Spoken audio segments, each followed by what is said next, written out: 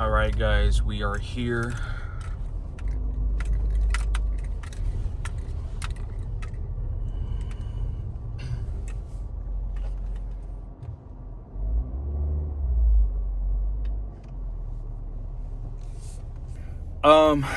Hopefully this is my last appointment, but I'm gonna go here and see what's up.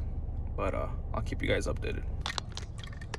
All right, what's going on, guys? That was pretty quick. My appointment was supposed to be at 7:40. It is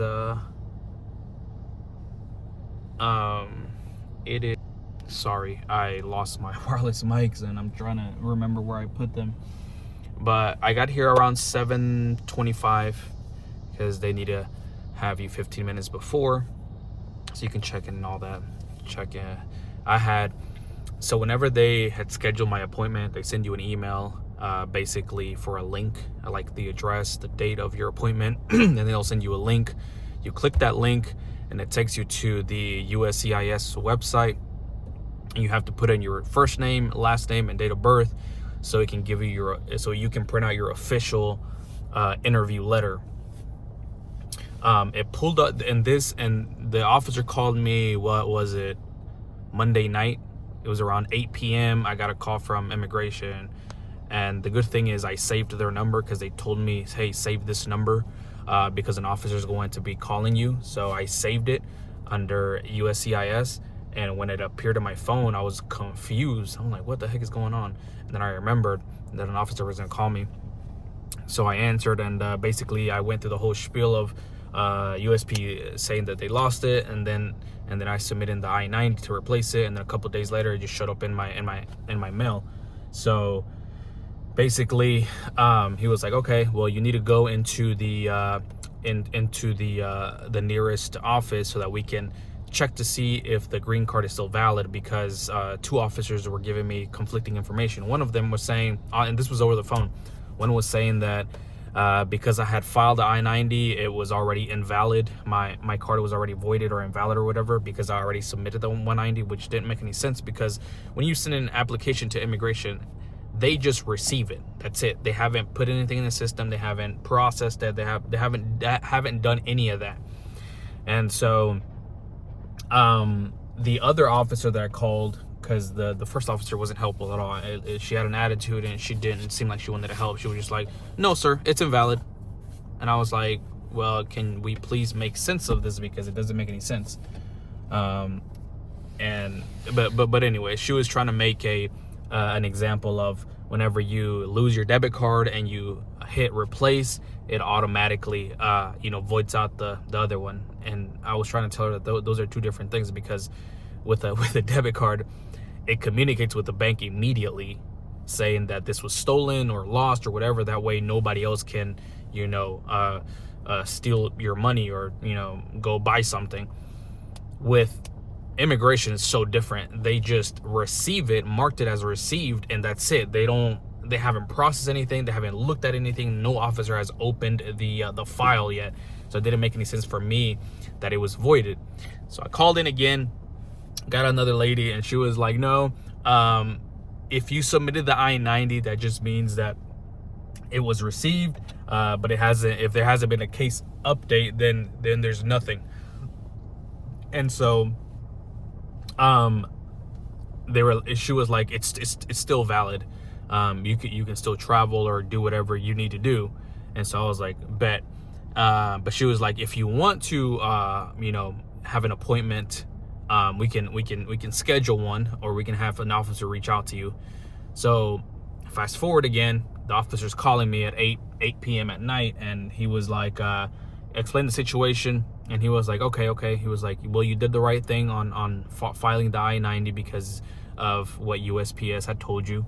And he was like, in this case, you do need to speak to an officer because they need to check in the system to see if your green card is still valid. So he set me up an appointment in 3 days. This was on Monday. He was like, we have an opening on Friday at 7:40. So I'm like, cool, let me go ahead and do that.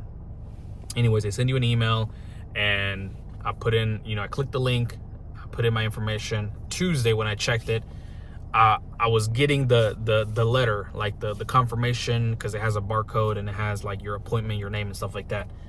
And I was like, and I checked it at work. So I was like, I don't have a printer here.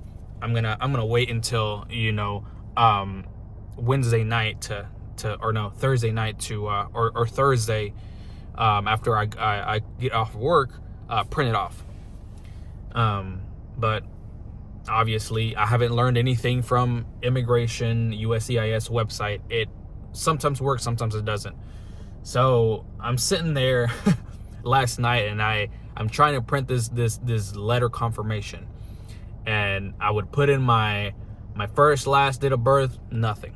I tried it many times during the night, during midnight, like 2 a.m. Nothing was popping up. I was trying different browsers. I was clearing the history. I was clearing the cache, cake, whatever you want to call it. And I was clearing everything. Nothing. I was doing it through my phone. Nothing. Everything was error. The good thing is that they had emailed me about the appointment, the address, and stuff like that with my name. So I printed that email out, and when I got here, I told the officer, hey, this wasn't letting me print it online, but this is the email. I should be on for 7:40. And the funny thing is, the officer was like, he was an older gentleman, and he looked all serious, and was like, he was looking at me, and I was like, this dude's about to say something. And then he's like, let me see your ID.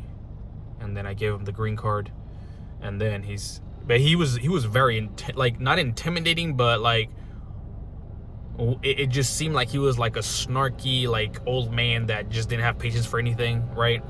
And all of a sudden he has a frown on his face. All of a sudden he goes, Santos. And I was like, yeah. And he was like, go ahead and get in, man. And I was like, okay. It was funny because I don't know if he did it on purpose. He was trying to play with me, but I was getting kind of nervous. But he was like, go ahead and get in, put your stuff in here. We need to run you through the scan and whatever. And then I go to that little window desk, because they have a little window desk there to kind of get you checked in or whatever. And she was like, just sit down. We'll call you in a second. They called me up, and like 10 minutes, called me up. They were like, hey, what's your reason for your visit? Explained everything to the officer, and they were like, okay, cool. They went into the case of the I-190. They put extra notes on there for whoever receives it.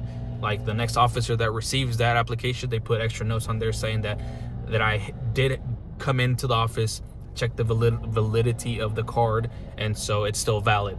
And they checked their system. They said the U.S. Customs check this same system, which says that your green card is valid, and so the I-90 should be withdrawn. And he said you should be good to go. And he's like, the reason I say you should be good to go is because we never know what's going to happen with the I-90 application. We've noted it. You've sent your withdrawal letter, but you never know. There's things in the system that can happen. So I'm gonna keep checking my I-90, see. But for right now, he's like, if you ever, go out of the country and you have a fear of them, sending you to secondary, you can just, take all your paperwork and explain what happened, explain your situation, and they should be able to check the system and the notes, and you should be good to go. So I think this is it, guys. I think this is official. I think we're good to go. I think we have made it, after so many headaches, fees, can't go to sleep, DACA since 2012. We're here, and it's been what, 8 plus 6, what's 8 plus 6, 9, 10, 11, 12, 13, 14, close to 15 years on having, DACA, now being a permanent resident. As I said before, I'm still a dreamer. I'm gonna be a dreamer for life. Green card is amazing, and it's giving me the opportunity to travel the world if I want to. Get out of debt first, travel. But at my core, I'm still just a dreamer, man. I'm still just a dreamer. I don't think I thank my parents enough for everything they did and all the records that my mom kept for us to get approved when that was announced. And good thing they were on top of everything. I mean, it's just everything is kind of, you know, working out. And I thank God first. Without him, nothing is possible. We have to have faith. We have to have, you know, that relationship with him. And not that, you know, God is there regardless, because he's our father and we're his children. But when you choose to have that relationship with him, it's a whole different experience. But anyways, yeah, it's official. Green card is good. Green card is valid. Now I just have to wait for the I-90 to go ahead and officially withdraw. If I do travel, I'm going to take all my documentation. And then after the 3-year mark, or even like, I think it's like before 90 days before the 3-year mark, I'm going to go ahead and apply for my citizenship. And then after that, voila, we're good to go. Then we're good, man. We're good. So yeah, I appreciate everybody watching. I appreciate everybody tuning in. I appreciate just everything. And it's been a journey. I wish I could cry right now because I'm that grateful. But I just don't cry easy. It has to be something like, I don't know. I mean, I just tear up thinking about my daughter growing up. So that's that. But yeah, we're listen, guys. We're gonna do some things. All right. Again, we've been stuck in this country without the ability to travel or leave. So I felt imprisoned at one point. If you know, you know. But now it's like my wings have hatched, if that makes any sense. I have my wings now, so I can fly. And to any dreamer, to anybody out there, I pray and hope that there's a pathway to citizenship for DACA recipients, because, you know, my sister still has DACA. You know, a lot of my friends have DACA, and I just kind of I feel some type of way, because I feel like in a way I don't deserve it, but I do. I'm just very, I don't know. I don't think I deserve a lot of things, but I know I do. It's like a, I don't know. If anybody gets me, you understand. But you know, my sister still has DACA. A lot of my friends have DACA. Hopefully, there's a pathway to citizenship. You know, right now we're living in times where Trump is just doing what he wants. ICE agents out here, you don't even know if they're real ICE agents. They're just destroying people out here, tearing families apart. We need somebody like Obama back that knows how to talk to people, that doesn't spread violence, that doesn't, you know, do all of this. And hopefully, and some people are gonna be like, did you know that Obama deported, you know, more? Listen, we didn't have the fear. We didn't have the fear of one day just going out and people in masks coming to get us, okay? That's for one. I went to Chipotle, the vlog before, and literally I saw 2 guys. They didn't have any masks, but they had all the gear and everything. It was green and everything. And I was like, is this ICE right now? But it said a sheriff on the back, and they had the sheriff cars. And I kind of panicked a little bit, because even citizens are getting detained right now. Even residents are getting detained. Even people that are protected from deportation are getting detained. Like, it's crazy out here. So all you can do is pray. All you can do is